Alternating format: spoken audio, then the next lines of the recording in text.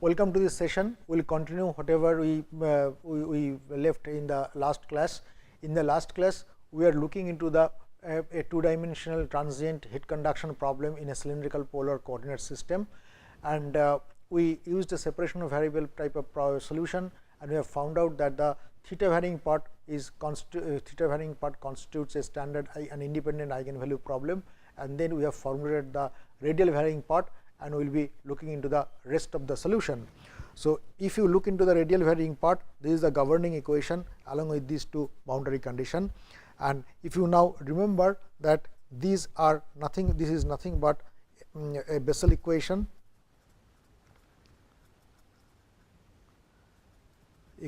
of nth order, and the solution is composed of Jn and Yn.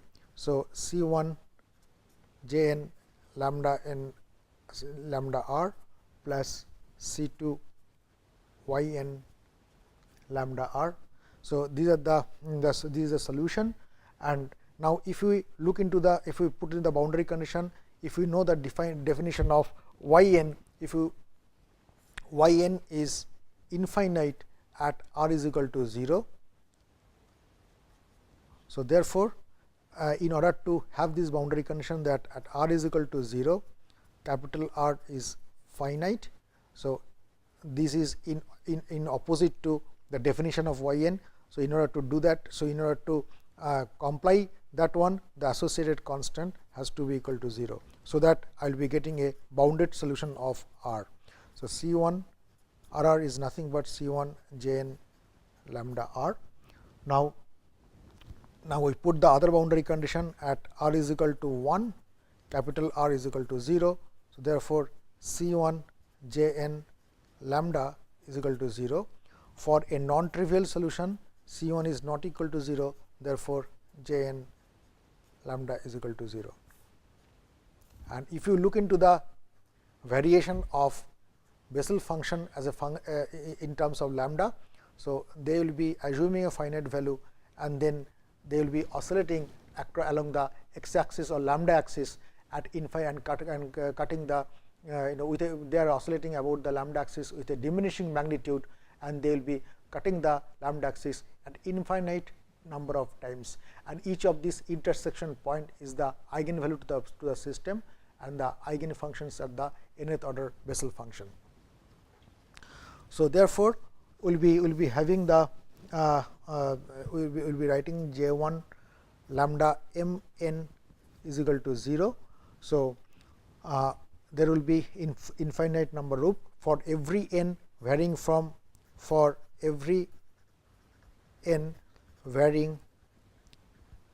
from 1 to infinity. We will be having m roots of Jn.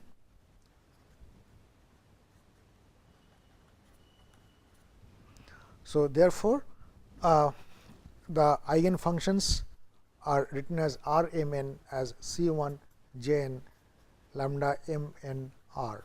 So, these are the eigen functions. Roots of these equations are the eigenvalues,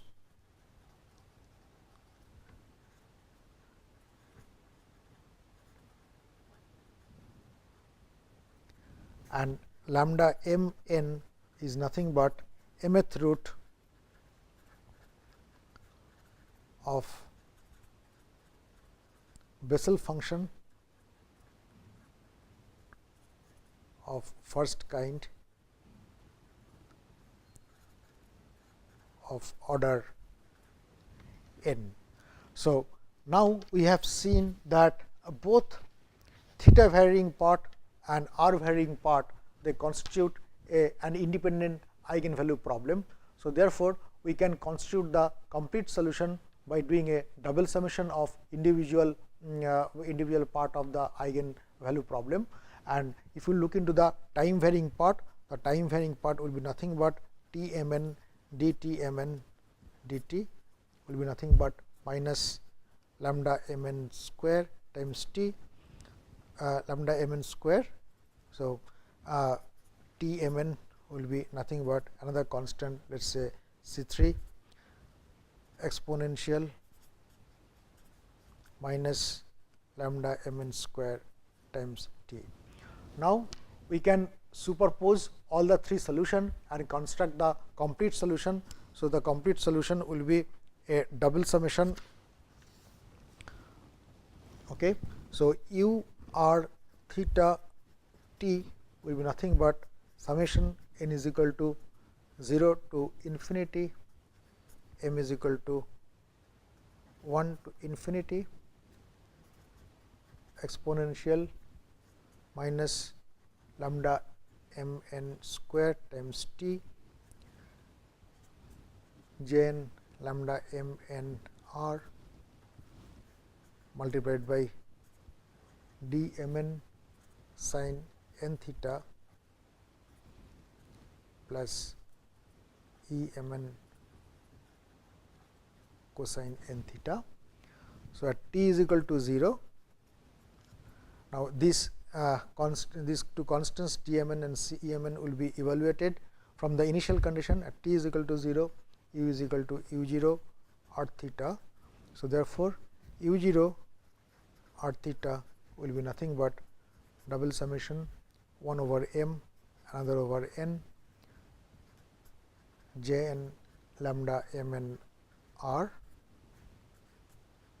d m n sin n theta plus e m n cosine n theta, and by using the orthogonal property of the sine functions, one can evaluate the d m n and e m n. So, therefore, d m n will be nothing but we have done it several times, r equal to 0 to 1, theta is equal to minus pi to plus pi, u 0 r theta r j n lambda m n r sin n theta dr d theta, and r is equal to 0 to 1, theta is equal to pi to minus pi to plus pi, r j n square lambda m n r sin square n theta dr d theta, and similarly we can get an expression of E m n as r equal to 0 to 1, theta is equal to minus pi to plus pi, r j n square lambda m n r cos square n theta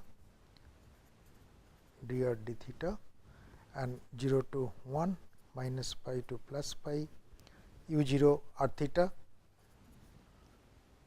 r j n lambda m n r cosine n theta dr theta.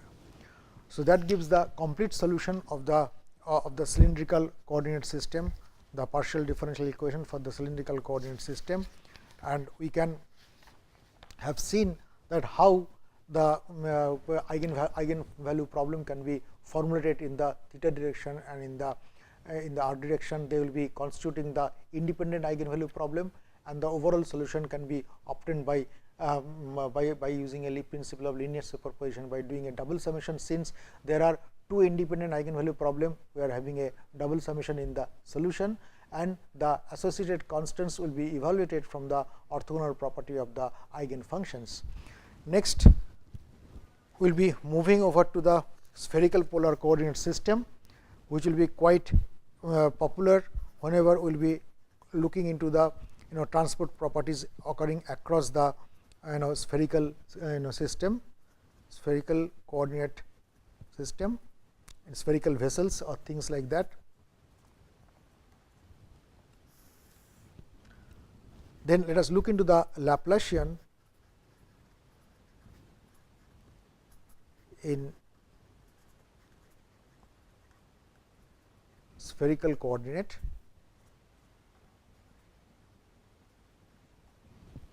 Okay. what is Laplacian in the spherical coordinate? It is del square u is equal to 1 over r square del r square del u del r plus 1 over r square sin theta del theta sin theta del u del theta, okay, plus 1 over r square sin square theta del square u del phi square. So, that is the Laplacian in a spherical coordinate system, and the domain of r is varying from 0 to capital R or 0 to 1, theta is equal to from 0 to pi, and phi is varying from minus pi to plus pi. Now, we will be looking into the first example. Example 1 is Laplacian of u is equal to 0, and where the domain is r is basically varying from 0 to 1. At r is equal to 1, we have u is equal to f of theta, or it may be a constant as well, and there is a phi symmetry. So, any derivative del phi del square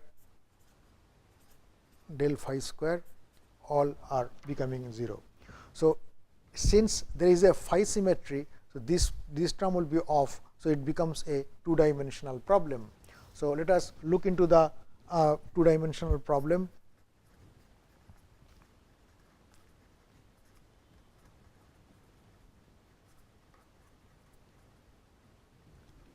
One over r square del r square del u del r plus 1 over r square sin theta del theta sin theta del u del theta will be equal to 0. Now, we assume that u is we go ahead with a separation of variable type of solution, r of r multiplied by t of theta. Okay. So, if you put these in the governing equation and then divide by r and t, separating the variables, we will be getting 1 over r d dr r square dr is equal to minus 1 over t sin theta d theta sin theta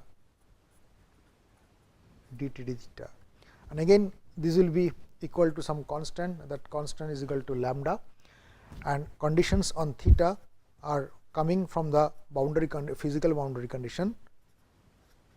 Condition on theta will be coming from the physical boundary conditions. Theta is equal to 0, t is bounded, theta is equal to pi, t is bounded, theta is equal to 0, t prime is bounded, and theta is equal to pi, t prime is bounded. So, these boundary conditions have to be satisfied, and theta is basically varying from 0 to pi. Okay. So, next what we will do, we will be substituting small t is equal to cosine theta and see what we get. If we substitute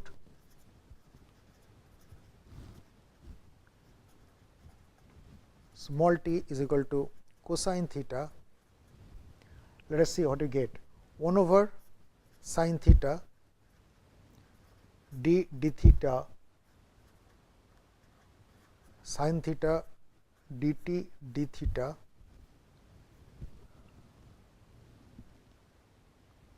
plus lambda t will be equal to 0. So, dt d theta will be nothing but dt dt times dt d theta. So, this becomes minus sin theta dt dt, and sin theta dt d theta will be nothing but minus sin square theta dt dt, and this will be nothing but minus 1 minus cos square theta dt dt is equal to minus 1 minus t square. So, I express sin theta dt dt in terms of t and capital T. Okay. Similarly, we do for the other variable d d theta sin theta dt d theta is nothing but d d theta of minus 1 minus t square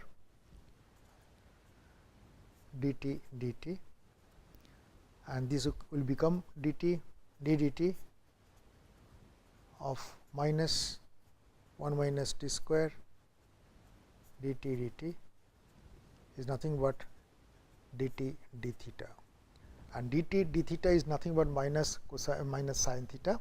So, it becomes minus minus plus. So, it becomes sin theta d dt of 1 minus t square dt dt.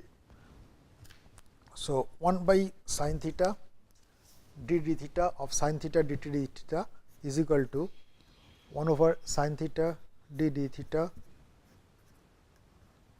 sin theta dt d theta is nothing but d dt of 1 minus t square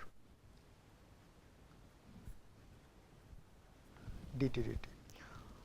So, I can put in a neat form as d dt t of 1 minus t square dt dt plus lambda t is equal to 0, where the dummy variable t is nothing but it varies from minus 1 to plus 1. Now, what is this? This equation is nothing but a Legendre equation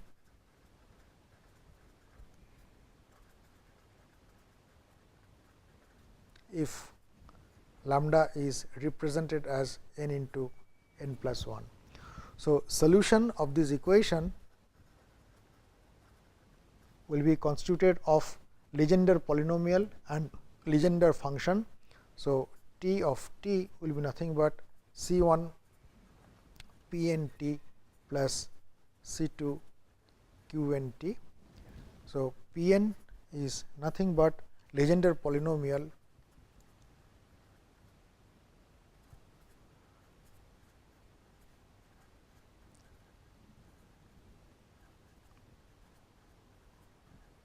of degree n, and Qn is nothing but the Legendre function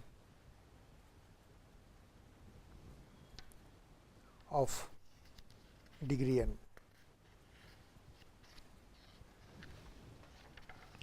Now, eigenvalues are lambda n is equal to n into n plus 1, where n runs from 0, 1, 2 up to infinity, and we know the property of Qn, that Qn is not bounded, it is unbounded at plus 1 and at t is equal to plus 1 and t is equal to minus 1, but we have a finite value of the solution. So, therefore, the associated constant is equal to 0. So, the Qn is unbounded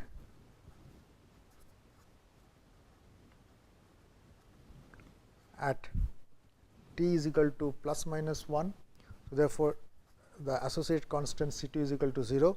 So, the solution of theta varying part will be nothing but C1 Pn t. So, therefore, Tn of theta will be C1 Pn cosine theta. So, these are the eigenfunctions.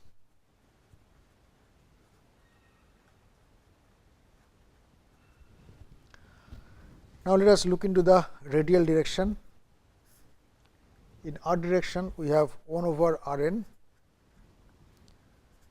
d dr r square drn dr minus lambda n is equal to 0. So, therefore, we have d dr of r square drn dr minus lambda n rn is equal to 0, and lambda n will be basically n into n plus 1. So, just open this up, open up this differential r square d square rn dr square plus 2r drn dr minus n into n plus 1 rn is equal to 0. Now, if we remember the special ODEs that we have already discussed earlier, this particular equation falls under the category of Euler's equation. So, this is nothing but the Euler's equation,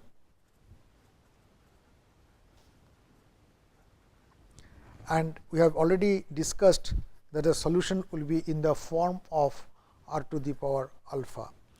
The Rn will be in the form of r to the power alpha. So, if we put r to the power alpha there, then what we will be getting is that we will be getting a characteristic equation in alpha.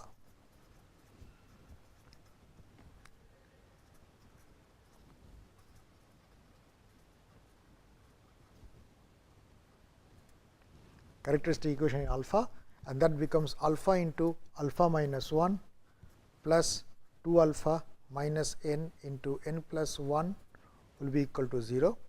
So, it becomes alpha square minus alpha plus 2 alpha, so it will be plus alpha minus n square minus n is equal to 0. This can be factorized, alpha minus n into alpha plus n plus 1 is equal to 0. Therefore, it will be having two roots, alpha will be n and minus n plus 1. Okay. So, once we get the get this, then we will be getting the solution of R n as R n, which will be function of R is C 2 r C 2 n r to the power n plus C 3 n r to the power minus n plus 1. Now, we put the boundary condition at r is equal to 0, R n is finite. So, if R n is finite, then this term will blow off and it becomes infinite. So, therefore, the associated constant must be equal to 0. So, C 3 n must be equal to 0 and R n r is equal to C 2 n r to the power n.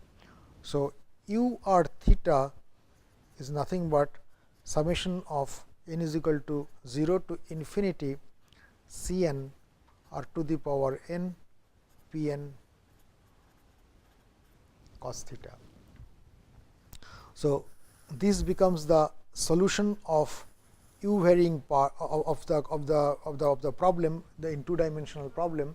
Now, only one constant now needs to be determined, that will be the constant C n, and that constant will be determined from the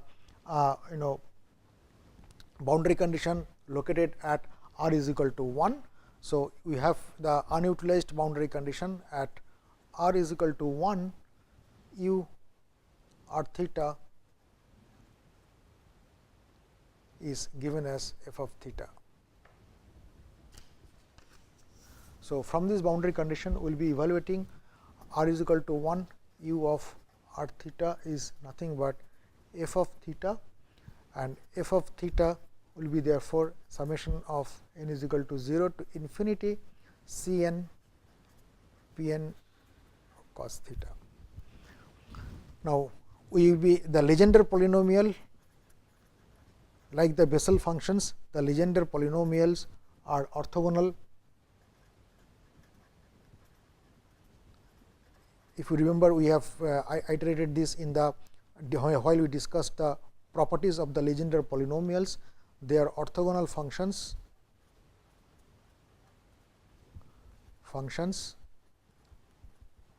but with respect to weight function sin theta.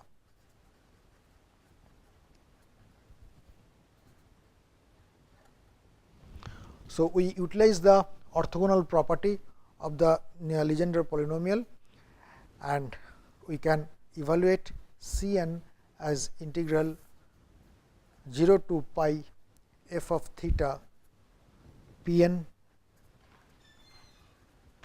cosine theta